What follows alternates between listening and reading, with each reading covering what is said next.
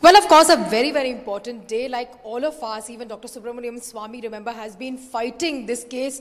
It's been about 3 years and more, since justice is awaited. With me is Dr. Swamy. You've been looking at filing a PIL for a very long time.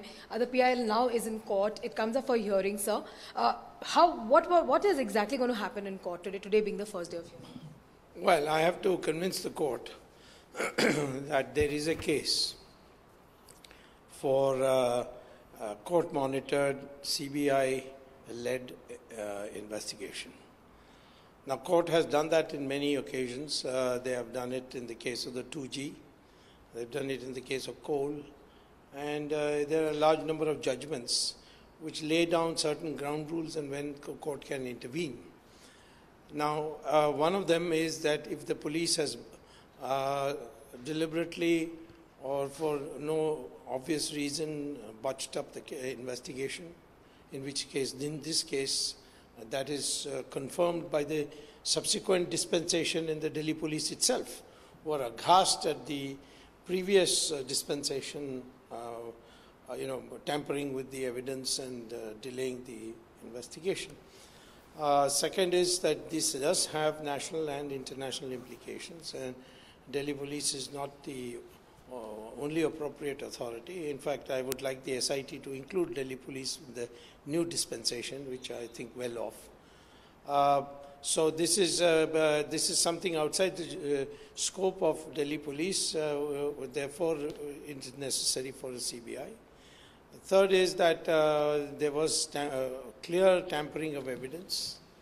And fourth, there has been extraordinary delay from first in filing the FIR, then coming to a conclusion that it was murder, where they tried to block the forensic department which had constituted the medical board to examine it.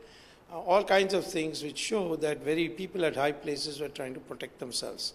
It's a case of murder, and it was done to silence her from speaking out about corruption in the IPL. And therefore, it requires a very serious investigation with the court acting as an umpire. So you from the very beginning have been maintaining that, it's a cold-blooded murder. The fact that, there are many people who come under the eye of suspicion as well. In your 41-page, a petition that you put before the High Court, you put in detail by detail, point by point, as to where the botch-up has been.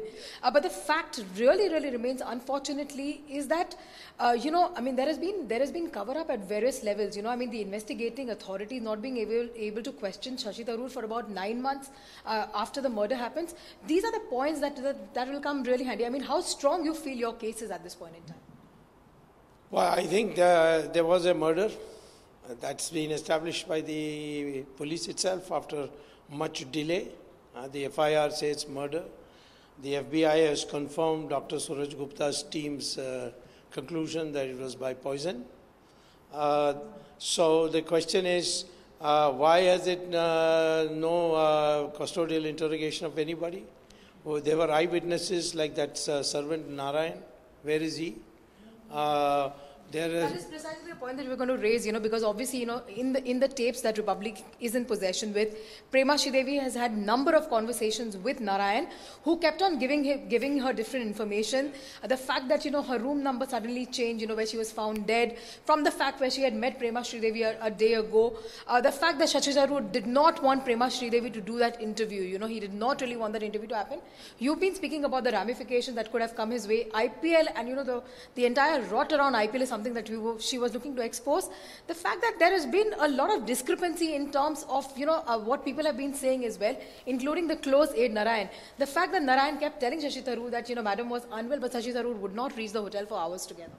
Yes, and also the private secretary given to Shashi Tharoor as a minister, an IPS officer, he has not been interrogated. There have been hardly any corroboration through eyewitnesses. And the fact that Shashi Tharoor told a lie that he went in the morning to Talkotara Gardens for the AICC meeting, well before the 10:30, he went at 7:30 according to him, and in that he never came back till late in the night. That's not false. He has come back twice from that. And so I think Mr. Shashi Tharoor is clearly a suspect. He also planted this story about Al Prax.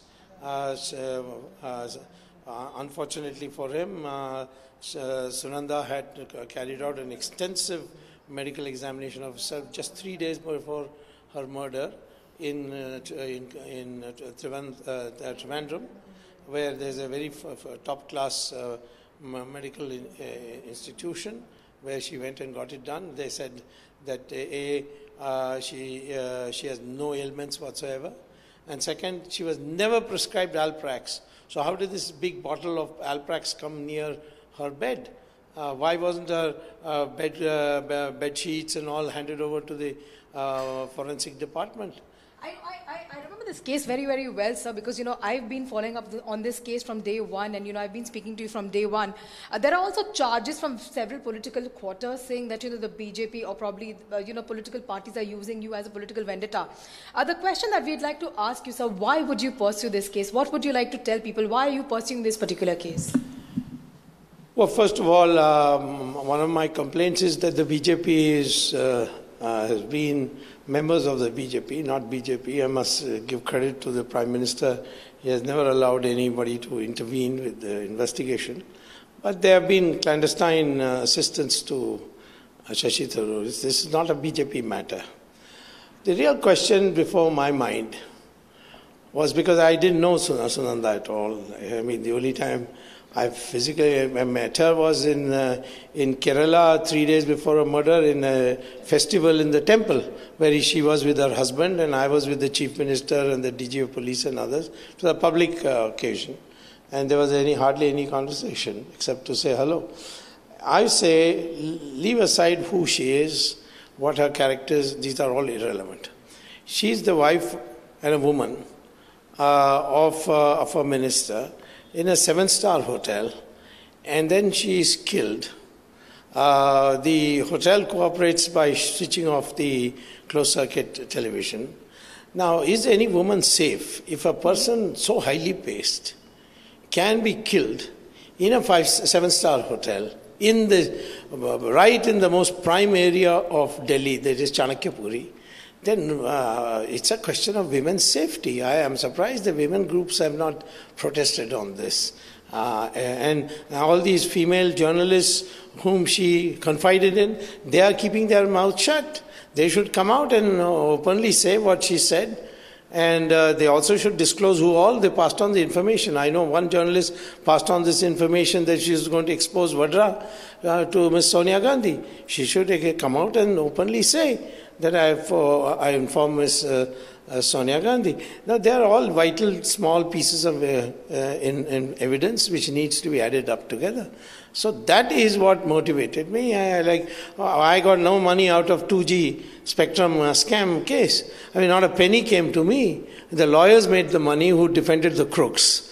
Why did I do it? Because this country can't be safe unless corruption is got rid of. Same way, women cannot be safe. If a prominent person can be killed like this, then the word will go around, what is to ordinary girls, what are you? We finished off Sunanda, the wife of a minister, and nothing happened.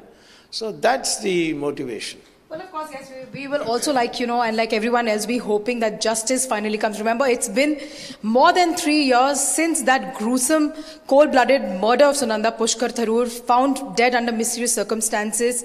Botched up case, botched up evidences. But clearly now the PIL is in court. And remember, it's a relentless coverage by Republic TV as well, fighting for justice for Sunanda Pushkar. Back to you in the studio.